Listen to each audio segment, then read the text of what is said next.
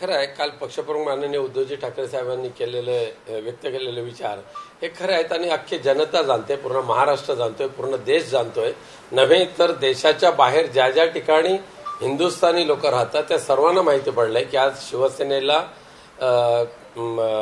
ठेचण्यासाठी, शिवसेनेला सत्तेवरून पाय उतार करण्यासाठी भारतीय जनता पक्षाने रचलेल्या षडयंत्रामध्ये शिंदे गट सामील झाला आणि त्यामुळेच आज दुर्दैवाने निवडणूक आयोग म्हणा किंवा इतर यंत्रणा म्हणा ही सुद्धा भाजपाची बट्टीक बनली आणि शिवसेनेचं धनुष्यबाण चोरलं, शिवसेनेच्या बाळासाहेबांचं चित्र चोरलं आणि शिवसेनेचं नाव सुद्धा चोरलं. त्यामुळे चोरांचा हा महामेरू म्हणून भाजपचा उल्लेख जो माननीय उद्धव साहेबांनी केला तो योग्य आहे. म्हणाले की 2024 मध्ये केंद्रामध्ये शिवसेनेची सत्ता असेल, म्हणजे उद्धव ठाकरे गटाची सत्ता असेल, नेमका याचा फॉर्म्युला काय असेल, म्हणजे महाविकास आघाडीला घेऊन कोणत्या परिस्थितीत 2024 मध्ये आघाडी सरकार येणार म्हणजे येणारच आहे. तुम्ही सुद्धा पाहिलं असेल मग की मागच्या अधिवेशनमध्ये ह्या देशामध्ये हुकुमशाहीकडे म्हणजे हुकुमशाहीकडे वाटचाल करण्यासाठी जे कायदे पारित करायला पाहिजे होते ते कायदे दुर्दैवाने मागच्या अधिवेशनमध्ये पारित झालेले आहेत. सर्वसामान्य भारतीयांना ती माहिती नाही आहे. आम्ही त्याच्या संदर्भात आता जनजागृती करणार आहोत. मग कशा पद्धतीने एकाधिकारशाही, हुकुमशाही आणू शकतात उद्याच्या 24च्या नंतरच्या कालावधीमध्ये हे कालच्या अधिवेशनमध्ये दिसून आले. जगाच्या पाठीवर एकमेव भारत देश असा आहे की तिथे अवघ्या 2 दिवसामध्ये 146 खासदारांना निलंबन केलं गेलं. काही खासदारांचं निलंबन करून त्यांना प्रिव्हिलेज कमिटीकडे त्यांचं प्रकरण पाठवलं गेलं. म्हणजे त्यांना येत्या निवडणूक होईपर्यंत त्यांना कोणत्या अधिवेशनमध्ये शिरकाव करता येणार नाही. अशा पद्धतीने लोकशाहीची हत्या करण्याचं पाप जो पक्ष करतोय तो देशामध्ये लोकशाही राबवू शकणार नाही, तो हुकुमशाहीच राबवणार हे दिसून येते. अजित पवार असं काल असं म्हणाले कार्यकर्ते मेळाव्यामध्ये की आजपर्यंत अनेक जणांचं ऐकलं, आता बारामतीमध्ये इथपासून पुढे माझं ऐकत जा असं कार्यकर्त्यांनी सांगितलं. हेच आहे, दुर्दैवाने खाल्ल्या ताटामध्ये घाण करणारी ही जी काय राजकीय औलाद आहे ती शिंदे गटाची आहे, तीच अजित दादा गटाची आहे. त्यामुळे ज्याने मोठं केलं त्यांचे उपकार तर विसरू नका, पण उपकाराची परतफेड अपकाराने करण्याची जी काही विकृती यांच्या मनामध्ये दडलेली आहे शिंदे गटाच्या आणि अजितदादा गटाच्या, अशी राजकीय विकृती ही आपल्या भारत देशामध्ये अशी विकृती नाही आहे. काल अजित पवारांनी स्पष्टपणे शरद पवारांवरती त्या ठिकाणी टीका केली. त्यांनी 38व्या वर्षी निर्णय घेतला की 60व्या वर्षी वेगळ्या वर्षी निर्णय घेतला. हो, अजितदादांनी शरद पवारांवर टीका करावी, छगन भुजबळांनी शरद पवारांवर टीका करावी, इकडे एकनाथ शिंदेने उद्धवजींवर टीका करावी, शंभूराजेने उद्धवजींवर टीका करावी, उदय सामंतांनी उद्धवजींवर टीका करावी, संजय शिरसाटाने उद्धवजींवर टीका करावी. त्यामुळे हे जे आपल्यामध्ये जे होते ना काल परवापर्यंत भाईचारामध्ये होते त्यांच्यामध्ये बेईमानी वृत्ती निर्माण करण्याचं काम भाजपाने केलं आणि हे लोक त्याच्यामध्ये अडकले आणि कालचा भाईचारा विसरले आणि दुश्मनी उभी करायला सुरुवात केली. आणि महाराष्ट्रातील लोकसभेत कोण किती लढवणार यावर महाविकास आघाडीमध्ये गेल्या काही दिवसांपासून चर्चा सुरू असल्याचं पाहायला मिळते. संजय राऊत सुद्धा बोललेले की आम्ही 23 जागा लढवणार. काँग्रेसने मात्र काही भूमिका वेगळी घेतली होती. एकंदरीत काय आहे नेमकं?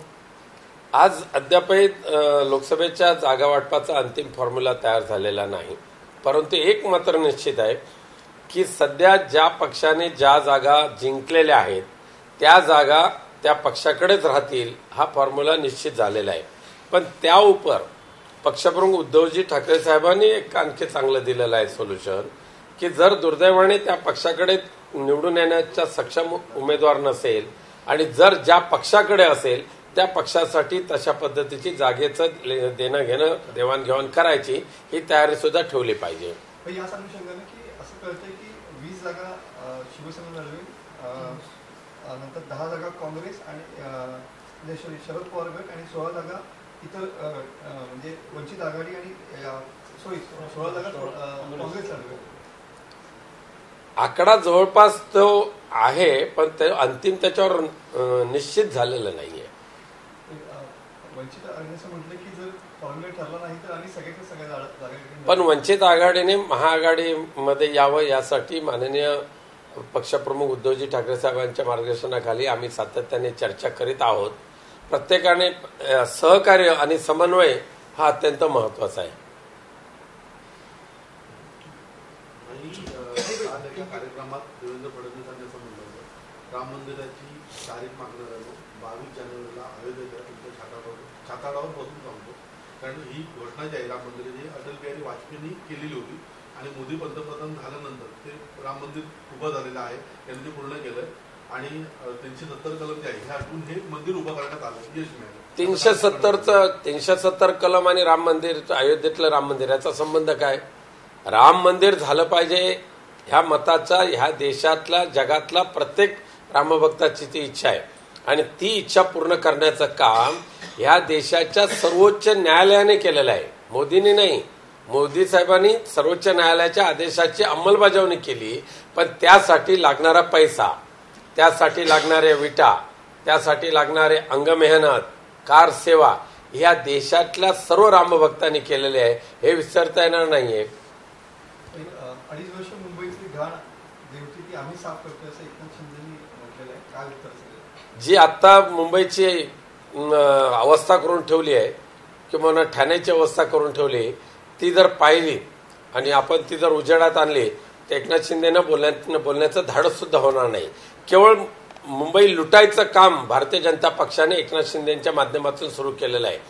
92,000 कोटीच्या ज्या ठेवी होत्या फिक्स्ड डिपॉझिट, त्याच्यातल्या 12,000 कोटी ऑलरेडी ह्या लोकांनी खर्च करून मोकळे झाले. आज वारंवार आदित्यजी ठाकरे मुंबईच्या दुरावस्थेबद्दल सांगत असतात, तिकडे जर सिरियसली मुख्यमंत्री म्हणून एकनाथ शिंदेने ऐकलं तर त्यांना कळेल की आपण नेमकं काय करतो. ते शेवटचा प्रश्न की 10 लाख गाड्या मुंबईमध्ये येतील आणि मराठा आरक्षणामध्ये जरांगे पाटील म्हणतात की मी उपोषणावरती ठाम आहे. नाही, जरांगे पाटील यांनी कालपर्यंत जे सांगतायत ते आम्ही सगळेजण ऐकतोय, पण एक मात्र नक्की, मराठा समाजाच्या आरक्षणाला कुठेतरी झुलकावत ठेवणं, हुलकावत ठेवणं आणि आपली वेळ मारून नेणं हे काम सध्या शिंदे सरकार करतंय. देवेंद्र फडणवीस यांच्या सांगण्यानुसार आम्हाला कोणत्या परिस्थितीत मराठा समाजाला आरक्षण हवंय, धनगर समाजाला आरक्षण हवंय, परंतु ओबीसी असेल, एससी असेल, एसटी असेल, ह्या कोणत्याही आरक्षणाला धक्का न लावता मराठा समाजाला आरक्षण हे द्यावंच लागेल. आणि ते द्यायचं असेल तर तुम्ही संसदेमध्ये कायदा पारित करण्यासाठी का आग्रह धरत नाही? जर तामिळनाडू करते, जर बिहार करते, तर महाराष्ट्र का नाही करत आहे? मगाशी तुम्ही एक महत्वाचं बोललात की ज्या जागा आहेत त्याच लढवल्या जातील, पण असंही एक तुमचं वाक्य आहे की कदाचित असं होऊ शकतं की ज्या ठिकाणी सक्षम उमेदवार नाहीये त्या ठिकाणी अदलाबदल केली जाऊ शकते. असे काही कोकणातले काही मतदारसंघ आहेत का, मग लोकसभेचे किंवा विधानसभेचे, आणि असे काही मतदारसंघ आहेत का शिवसेनेच्या बाजून जिथे असं काही घडू शकतं? नाही, विधानसभेच्या बाबत अद्यापही फॉर्म्युला नक्की झालेला नाहीये, पण नाही, जागांचं वाटप निश्चित झालेलं नाही, पण फॉर्म्युला जो आहे तो लोकसभा विधानसभेला हाच राहील. कोकणातल्या आमच्या सगळ्या जागा सक्षम आहेत, पुण्याचे सगळे एकदा निवडून येणार आहेत. इव्हन राजन साळवी साहेब इथे बसलेले आहेत, उद्धव साहेबांची परवानगी घेऊन त्यांच्या सुद्धा बाबत मी हमखास खात्री देईन, त्यामध्ये कोणी हात लावू शकणार नाही त्यांना. पण लोकसभेच्या संदर्भात 1-2-3 जागा इकडे तिकडे होऊ शकतात, अदलाबदल होऊ शकतात शिवसेनेकडच्या सुद्धा.